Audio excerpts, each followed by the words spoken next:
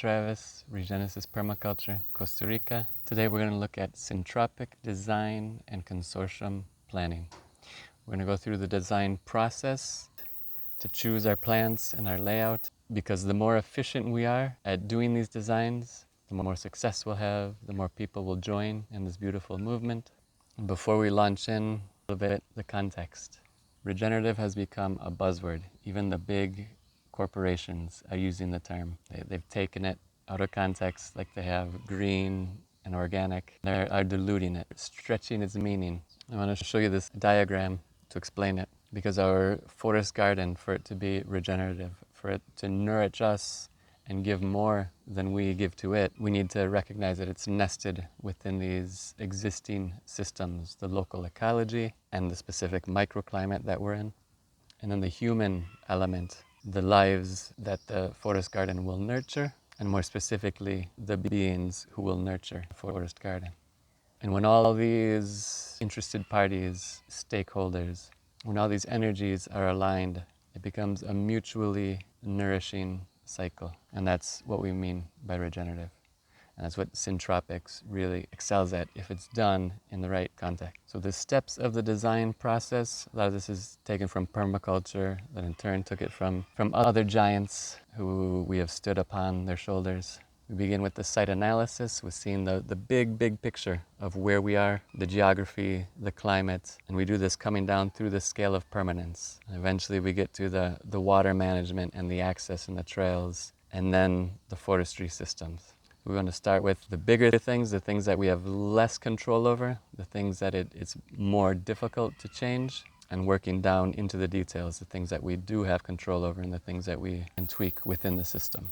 The second large piece that we look at is the design goals of the landowners or the people who will be nurtured by or care for the forest system. And the most effective methodology I have found for this is holistic decision making. This really puts our unconscious programming, social conditioning, habits into a very clear value-based system where the quality of life that we want to experience comes first, and the mechanisms that we use to achieve that come secondary and support us in achieving this quality of life. So it takes our little preferences and attachments out of the way and puts the deep, fulfilling enrichment that we want as a priority. So many times the expectations that we come in to a project or a place with will be released and will allow for new potentials previously unimagined to flourish. And with those two big pieces, the site analysis and our design goals or our holistic context, then we delve into the macro design. That's where we decide where the structures go, where the access and how the water is managed. So all roads, all trails have dual purpose, directing the water and supporting our movement throughout the farm. And once we have those trails defined, then we put in our agroforestry systems. In Syntropic, there's a big movement in running the tree rows up and down the hill, as opposed to on contour.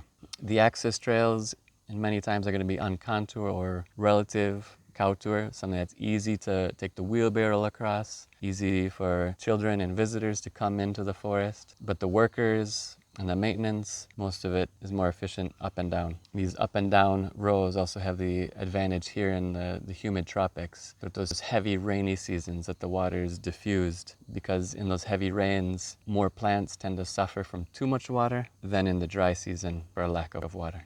If it's a flatter land, they're running the rows north and south, and this is so that each line has optimum sun exposure and that a line doesn't shade itself. And once we know where our tree rows or lines are going to go, then we dive into the details of the plants, the designing the consortium, and permaculture a guild. A consortium in Syntropics is a very specific arrangement of plants through the different strata, the emergent, the high, the mid, and the low. And that's what we're going to look at through the rest of this video. When we look at the strata, it's about shading and how much space they take up in their level. So here in the tropics, the emergent should take up about 20% of the light available. The next level down the high, 40%, the mid, 60%, and the low, 80% of the area. And you'll notice this if you walk into a rainforest, that there's some upper story, some mid, some lower. There's really a lot of space available for airflow. This is important to keep mold down. Airflow helps plants stay healthy. This chart is a very key piece to making a successful syntropic system. There are two main strategies. Some people do this kind of willy-nilly and experimental, and that's valuable. And also doing it specifically designed and detailed, measured, is what's going to allow us to be more successful and to replicate and to better communicate what we're doing to one another and really accelerate our shared successes. So in each one of these boxes, we're going to put 1 to maybe 3 plants. We want to keep it simple. In many cases, just one plant is great. A quick overview of this table. Just note that we move through space and time. Starting in the present, we're going to move over to the right into the future, 20 years or more into the future. That's what we're planning and designing for. And of course, up through the strata. You'll also notice on this table that it's sort of a checkerboard pattern. In addition to the colors, that some are darker and some are lighter. This is the way that you can work between the different rows. Typically, we work with an A row and a B row. For example, in the design I'm going to present in part 3, the A row is primarily the tall and the low strata, and the B row emphasizes the long-term emergent and the mid-story. And by doing this, we allow the strata to stack and to not get into too much competition. So emergent, tall, mid, and low. Of course, there's overlap. It's also important to know that this table could be considered the menu at a restaurant. It's not the meal. The meal is out in the field. The meal is the actual forest system that unfolds throughout the seasons, throughout the years. And so even though we use the menu to order us a meal, it's really important to not get too caught up on the menu. It's just a design tool used to get us to a very abundant, easy to manage agroforestry system. So when we're creating a consortium, we want to keep it simple. 1, 2, maybe 3 species per box. And for each row, A row or B row, we're going to have our own consortium chart. Small scale experimentation is important. And it's particularly important because here the microclimates in the tropics are very amplified. This means that even on one farm, the same property, 50 meters away, it could be a very different microclimate just because of the way the exposure is to the sun or the slope or the humidity.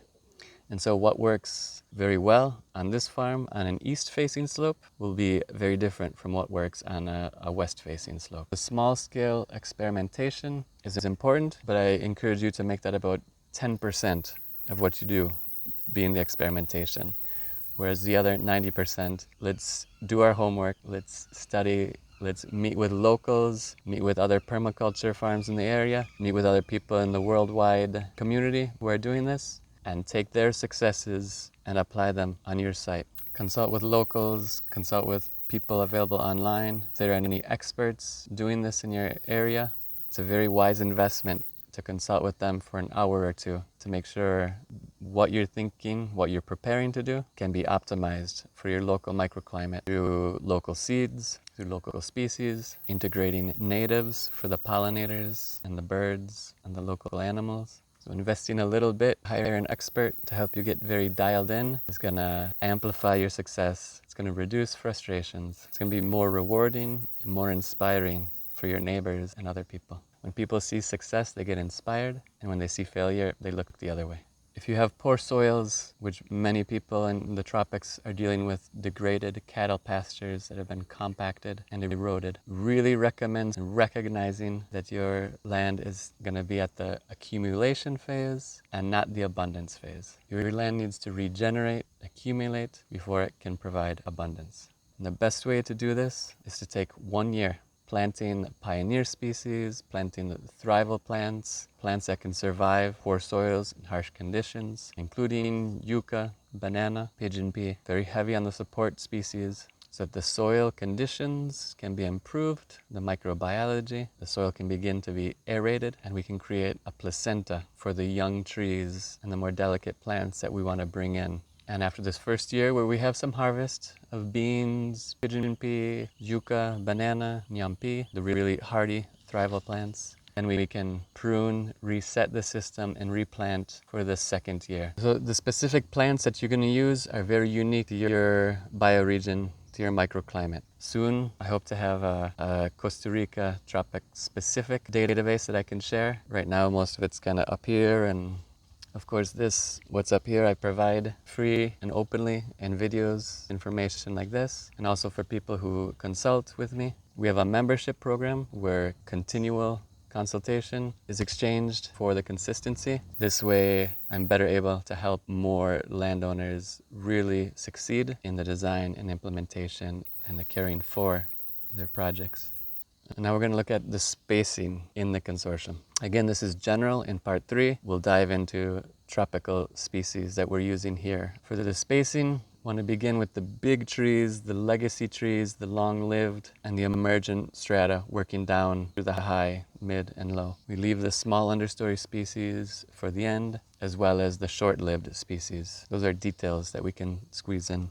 I want to encourage you to design multiple designs, to do it 5, 10 times, make 100 mistakes on paper before you make them out in the field, where it's much more costly and discouraging. I like to draft with pen and paper. I also have cutout discs, cutout pieces of paper that I physically move around. We spend so much time on the computer, too much time on the computer. The more we can do tactily with our hands and have children involved in the design process and the creative process, the more inspiring and the more connected they will feel to what we're doing. And then when I have a good general layout that I'm happy with on paper, then I bring it to the computer. And the best way I've found is really using a spreadsheet to really dial in the spacing of the plants, working backwards to the support species, the short-lived species, plants from placenta 1 and 2, the first years, the annuals. And here in this image, you can get a glimpse of what we're going to talk about in part 3. You can see this B row with the emphasis on the tall emergent palms and the mid understory. So every row on the spreadsheet going across is 25 centimeters, and then the B row coming down is between 80 centimeters and a meter wide. We prepare a meter and try to plant within the 80 centimeter area. And so by doing this digitally, it allows us to copy paste, to edit, for it to be very clear and legible for yourself and your team, and also then easier to share with our friends via the social networks. This makes it easy to copy and paste from one project to another. So there you have it. That's the design process we use. This is important to understand the process so that next time when we go into the details, you'll be better prepared to tweak the details and apply them into your specific microclimate and your family's preferences. Part 3, we're going to look at a tropical syntropic consortium case study. This is a design that we're excited to be preparing for to plant this coming year. We'll document it throughout the year, but I want to show you the design in the next video so that you can get inspired and we have time to work together to help you get your design tailored and ready for this upcoming planting season. And make sure you like, love, follow, share, and subscribe so that the good work we're doing can affect more and more people. Again, check the comments or the video description for some valuable links. Have a good day. Happy planting. This is Travis from REGENESIS, Permaculture, Costa Rica.